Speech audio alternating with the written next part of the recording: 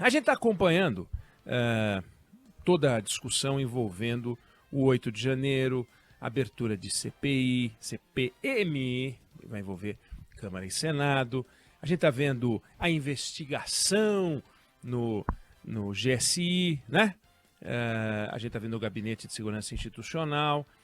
E isso vem sendo tratado de uma forma um pouco emocional, né? Um pouco emocional. Aliás, um pouco não, muito emocional. Parece até que a gente está falando sobre torcidas, parece até que a gente está falando sobre futebol, parece até que a gente não está falando de governo e de Estado. Parece até que o Gabinete de Segurança Institucional é um capricho deste ou daquele governante, como se os órgãos de Estado pudessem ser interpretados dessa forma. O Gabinete de Segurança Institucional, o GSI, o nome não vou dizer que o nome é novo, né? Até porque o nome foi criado no governo Fernando Henrique, em 1999, mas tem uma história.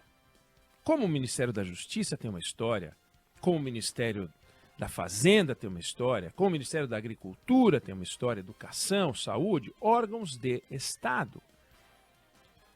Na origem, Estado-Maior do Governo, depois virou Gabinete Militar. Gabinete Militar.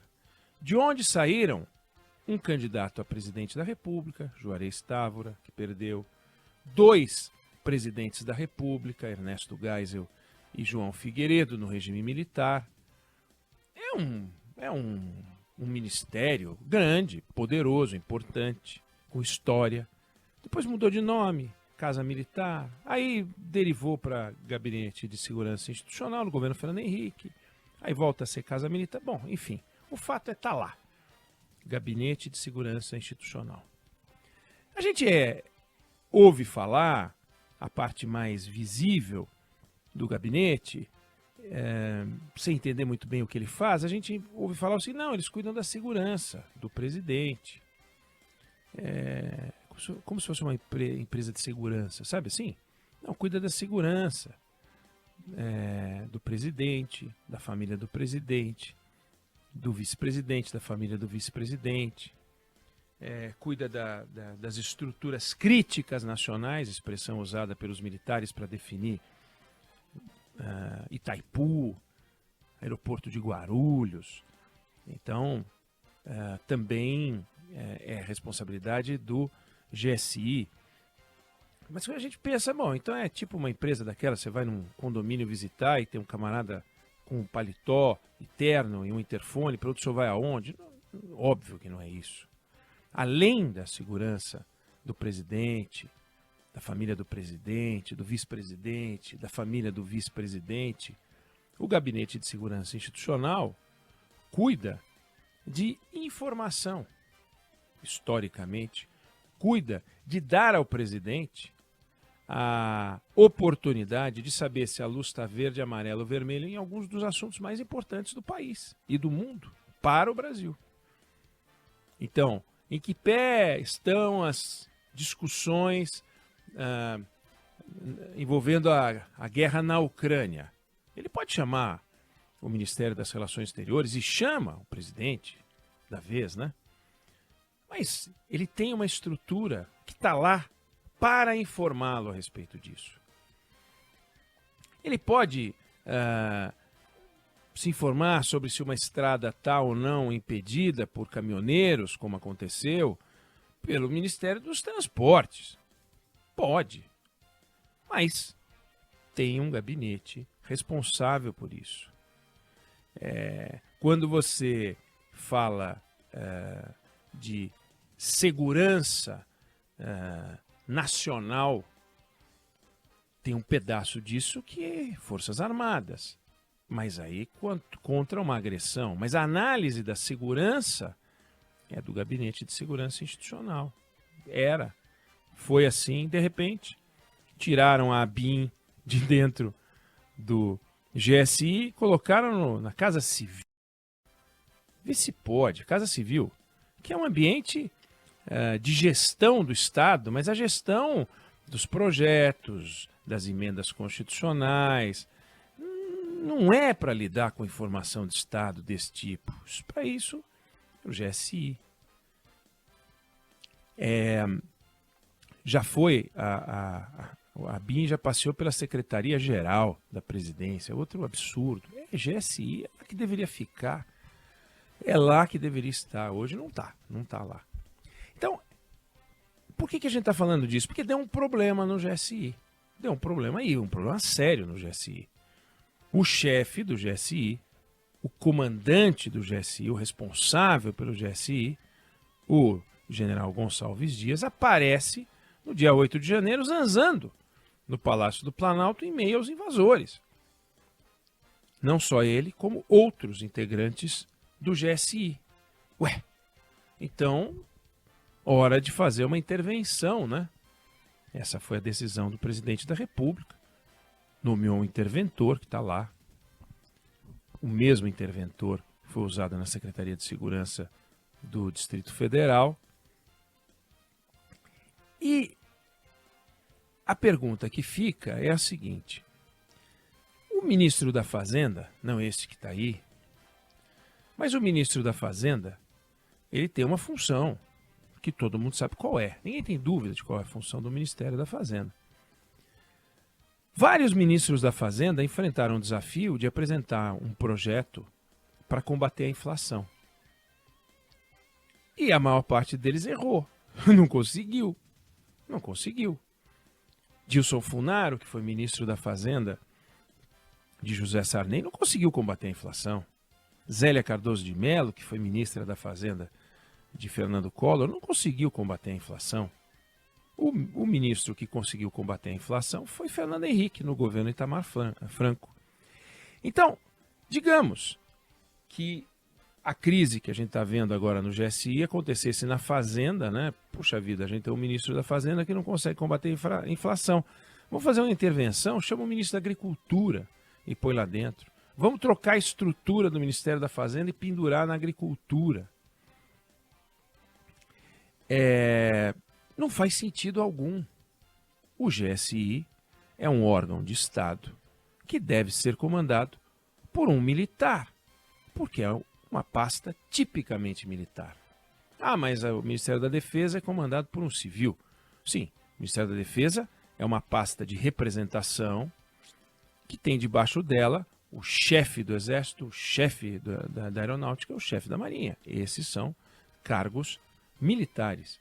O GSI é um típico cargo militar, é um cargo de assessoramento, é um cargo militar. Poderia ser um civil? Poderia, tudo poderia. Como na Fazenda a gente já teve não economista. Não precisa ser um economista para tocar a Fazenda, mas é típico de militar. E a crise gerou uma reação do governo, do presidente da República, que tem uma componente emocional perigosa. Como se atrás de cada cadeira, cada mesa do GSI, houvesse ali um bolsonarista escondido com o propósito de dar um golpe no governo Lula. Eles se comportam no governo como se eles acreditassem nisso, o que é uma coisa maluca. Em qualquer quartel que a gente entrar nesse país, vai ter mais bolsonarista do que lulista. E aí? Como é que vai ser? Vai ter uma intervenção nos quartéis? É da natureza. É do jogo. E nem por isso os militares, que têm a sua convicção pessoal, deixam de seguir o que a Constituição manda.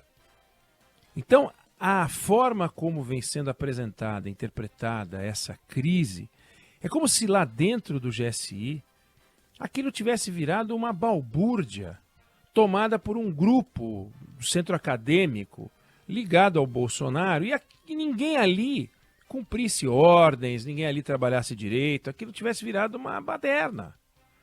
Aí precisou nomear um interventor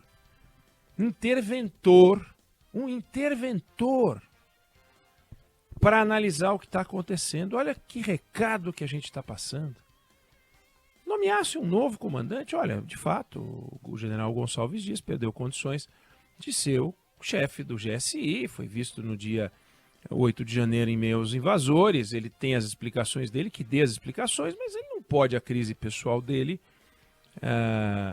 contaminar o governo. Tem um monte de gente que já pagou essa conta de ser obrigado a pedir demissão, de ser instado, né, convidado a se retirar, porque a crise que ele leva para o Estado não tem, aliás, para o governo não tem a obrigação de carregar. Então o general tinha que sair, as Forças Armadas entenderam que ele tinha que sair, ele entendeu que ele tinha que sair, perdeu condições de permanecer. Mas nem por isso a crise tem que ser administrada desse jeito. Se o Estado, se os comandantes do Estado, se os governantes eleitos não conseguirem criar uma separação entre o cérebro e o coração, entre o fígado e o cérebro, a gente vai ter um problema muito grave. Tudo vai ser sempre na base dessa eletricidade enlouquecida. Nós estamos bolsonaristas e que também ficava vendo um petista atrás de cada cadeira. Não tem um petista atrás de cada cadeira. Não tem um bolsonarista atrás de cada cadeira. Tem um servidor público ali que se transigir ou se cometer um deslize tem que ser afastado. Mas partir do princípio que o Estado está contaminado, usar expressões como desmilitarizar, mas o que tem, como assim? Militar não é um doente. O militar não é um doente. Ele é um profissional como outro qualquer. Se tem excesso de militares, diminui, né? Se tem excesso de funcionários, diminui. Se tem excesso de funcionários civis, diminui também. Eu não vejo o governo discutir redução de estrutura. Seria bárbaro que discutisse. Vamos reduzir? Vamos. Reforma administrativa, né? Onde tem gente demais. Não vai ser só no GSI, não, que é capaz de encontrar gente demais. Mas aí, a caça aos militares, e tudo apresentado em declarações, em entrevistas, com uma seriedade, como se a gente estivesse falando de pessoas que entraram no território nacional e se comportam como se fossem brasileiros, mas são invasores, são espiões estrangeiros que estão tomando conta das estruturas do Estado brasileiro. E temos que tomar muito cuidado, porque senão nós vamos perder o nosso governo para estes camaradas que são perigosos. Não é isso que está acontecendo. Não é isso que está acontecendo. Querem vender isso, mas isso não está acontecendo. Não está acontecendo. Não há evidências de que isso esteja acontecendo. O GSI, e eu fiz questão de apresentar e falar um pouquinho sobre o GSI tem a função de ser, sim, o órgão de assessoramento do presidente pessoal, dando a ele as informações, orientando, falando o que está acontecendo, claro, cuidando da segurança. Mas a segurança deveria ser feita pela Polícia Federal. Primeiro que a Polícia Federal tem uma definição constitucional do que ela deve fazer, e não é cuidar da segurança do presidente da República. Segundo, é muito mais caro cuidar da segurança pela Polícia Federal. Os custos são muito maiores, os salários são maiores, eles só trabalham com diária. Os militares produzem a segurança a um custo muito menor. Não há a menor dúvida disso. Não tem que ser feito pela Polícia Federal. E quem falou que policiais federais vão fazer melhor a segurança do que o GSI? A gente tem essa tradição de fazer pelos militares. Por que vai fazer pela Polícia Federal? Inventando a roda. Nós vamos falar com a Paloma Totti hoje. Outro dia ela não deixou, não terminou a coluna dela sem espicaçar o meu São Paulo, né? O Rogério Ceni viveu um momento terrível. São Paulo, aliás, só vive um momento terrível há muito tempo. Aí o que fizeram? Mudar as regras do futebol, né? O São Paulo agora vai jogar com a bola oval.